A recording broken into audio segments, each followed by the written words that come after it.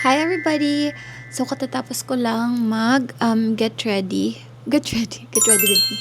Katatapos ko lang no makeup look kasi pupunta ako ngayon ng APE. Mag-APE ako. Tapos I'm just gonna date myself and do journaling outside for a fresh start of the week. Yan lang. I have my baby here at the room. And she wanted to show something. Come here. Yes, I'm coming. I'm coming, guys. I'm coming. Hello, guys. I just wrapped my squishy and I made this kahapon. It's very unique. You made your own DIY squishy, right? Yes, it's made of gloves, but there's my potion inside. And her blood is actually my potion, and it's color brown. Okay. Mommy will not be here today, so you do good in school, okay? I'll pick you up later. Okay. But how would you come here for 1 second? Oh, I can't. Nakikiss na mommy. Love you. So, magbibihis na ako and I'm just gonna go and drive to APE. So, I'm getting ready to go. Tinatry ko lang tong Insta360 X4 ko kasi hindi ko pa siya na-explore.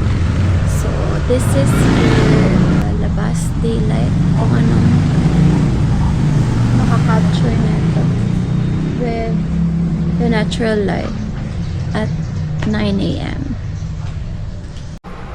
And here is naman yung sample from the inside. Indoor with konting light. Right now, I'm now gonna go to the clinic kung saan ako mag-APE. Tapos, I'm planning to go to a coffee shop. Tapos, magjo-journal lang doon. And probably somewhere to date myself. Yun lang. Let's go! Hello, finally, kaka-arrive ko lang dito sa clinic. Kaka-park ko lang. Buti na lang may isa pang umalis kasi nag-iisa na lang yung parking. Hindi ko alam kung saan ako magpa-park. But anyway, medyo sobrang dami ng tao sa loob. So, hindi na ako makakapag-film sa loob. So, hanggang dito lang muna. Update ko kayo later.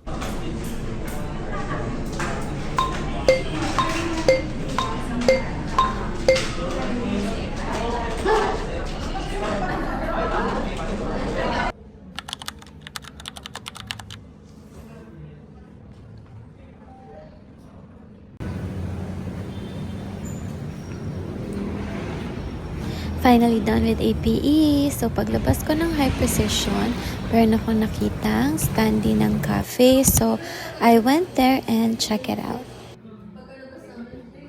I also brought this book called Design Your Life. Bigay to sa akin ni Kuya Jewel. I'm just starting to read it, so hindi ko pa alam lahat. But I know I'm on the right track, so dahan-dahan lang. Parang ang sarap sa feeling na may bagong perspective in life. One page at a time.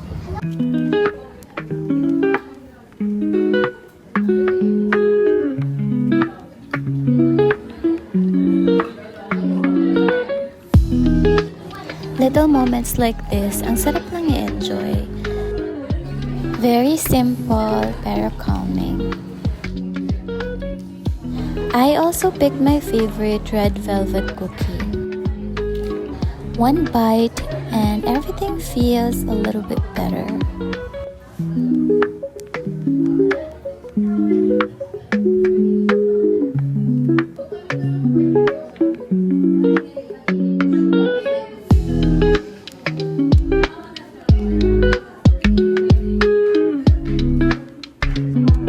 And meron din kayong makikita ditong mga artwork. Hindi ko alam kung gawa to ng mga kids or adults, but here they are. Ang gaganda nila.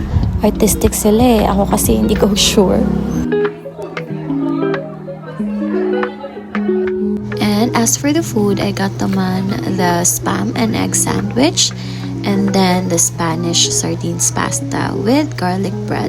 Masarap siya guys, and nabusog nga ako dyan kahit na ganyan lang yung servings. Maliit lang yung plate pero for me sobrang dami na niya.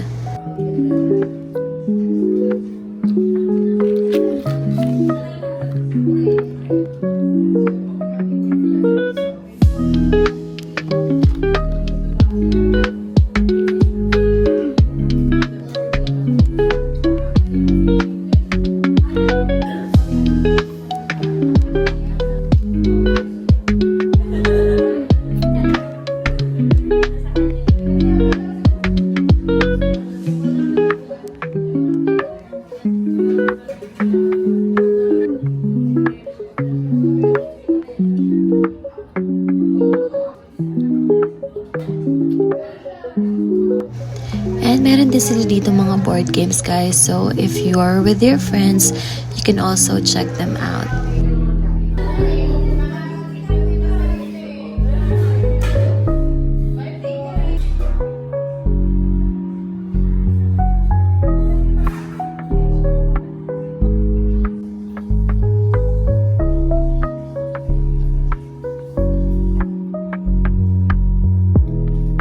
And meron din ako nakita ditong card games called Bad People.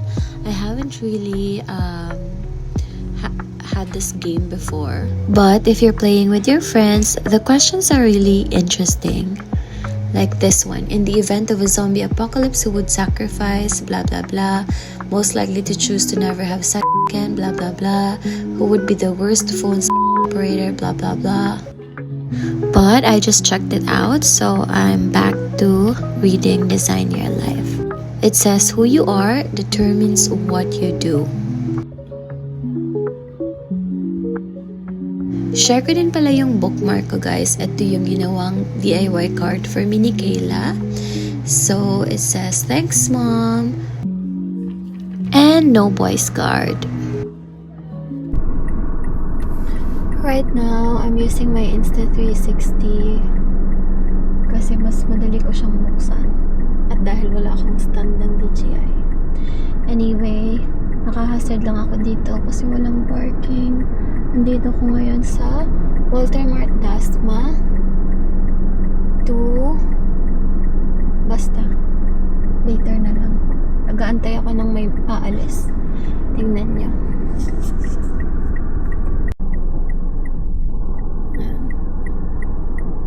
Nasa last lane na ako.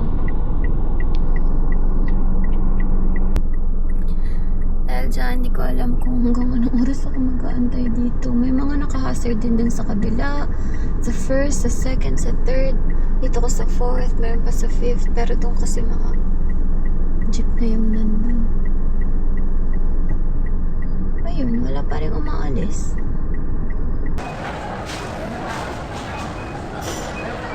Finally here inside Walter Mart. Papunta na ako ngayon sa second floor. Hahanapin ko lang yung labor kasi may appointment ako doon.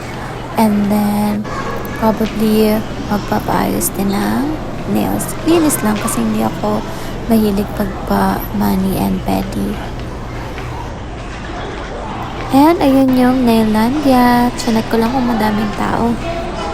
Now, I'm here naman sa labor kasi meron akong appointment for underarm waxing. Gusto ko yung nagpapawax kasi hindi daw to nakakaitim ng underarm. Plus, medyo konti-konti lang yung tumutubong buhok afterwards. So, I'm here now sa labor. Scheduled an appointment for waxing. And andito na ako sa loob, so mag-change lang ako ng robe to prepare. Getting ready.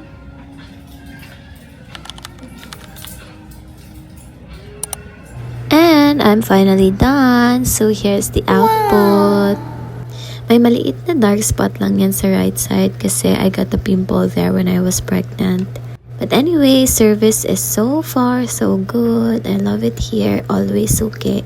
Here's another rundown for my simple outfit of the day. Uniqlo top, TikTok skirt, and a sandals made to order from IG Shop.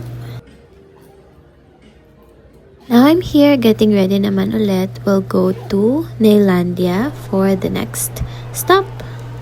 Ito yung mga current prices nila. Meron silang mga packages. So, I got the best-selling whimsical package. Now, let's go inside.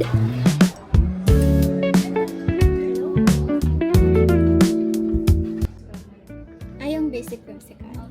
Whitening yung foot spa na. Okay. Yung foot spa ko, may kasama yan na ilang minutes na massage.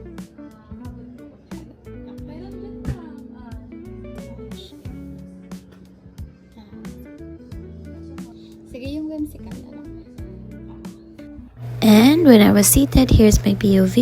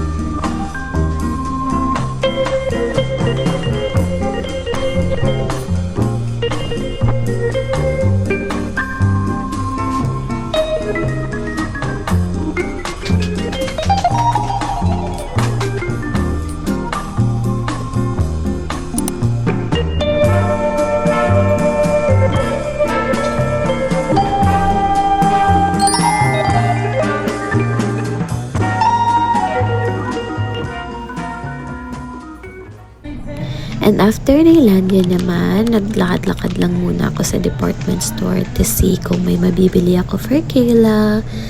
Here I am.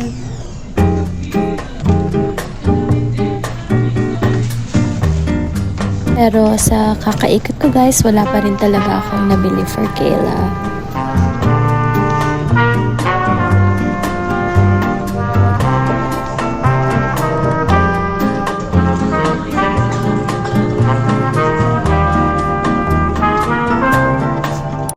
And here I am. I walked sa pinakamalapit na Seattle's Best Cafe. Dito lang, malapit lang din sa Walter Mart to just have a drink and do journaling.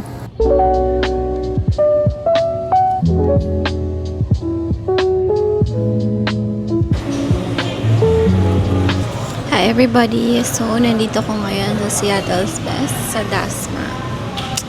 Magjo-journal ulit ako. For March naman, it's March 2 ngayon. Tapos na akong mag-APE. Tapos na rin akong magpa-wax. Tapos na rin akong magpa-manicure, pedicure, and foot spa. So now, it's journal time. In order ko milkshake. Sarap. And where's my pen?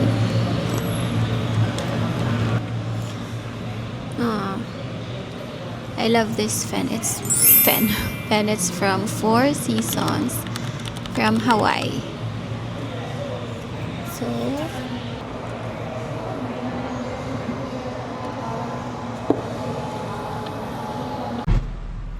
and this is me naman using the Insta360 X4. Wala pa akong so ilalapit ko lang muna siya here. Ang gano'n siya ka-wide. Di-warp na to.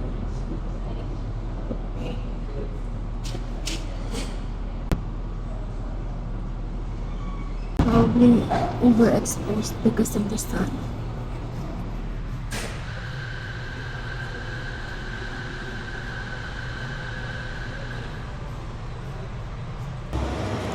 Meron ako dito sa journal na to, my wisdom wall.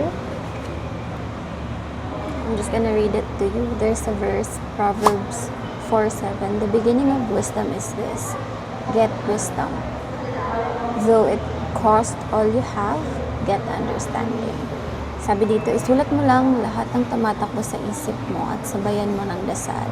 Dahil sa iyong kalituhan, may natatagong wisdom. So, tingnan natin kung anong masusulat ko ngayon.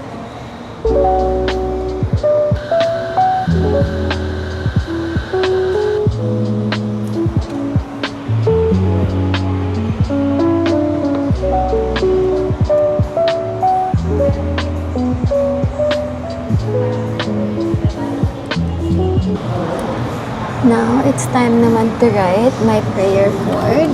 I have prayer board for my love and family, for my friends, for the world, and for myself.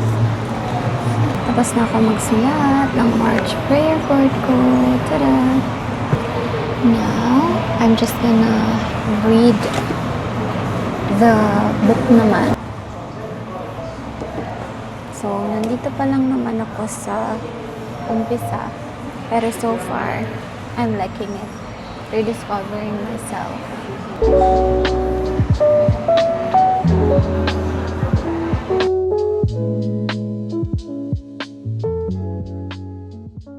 And so, my day is done. It's time to go home. Medyo productive tong araw na to, pero medyo nakakapagod din.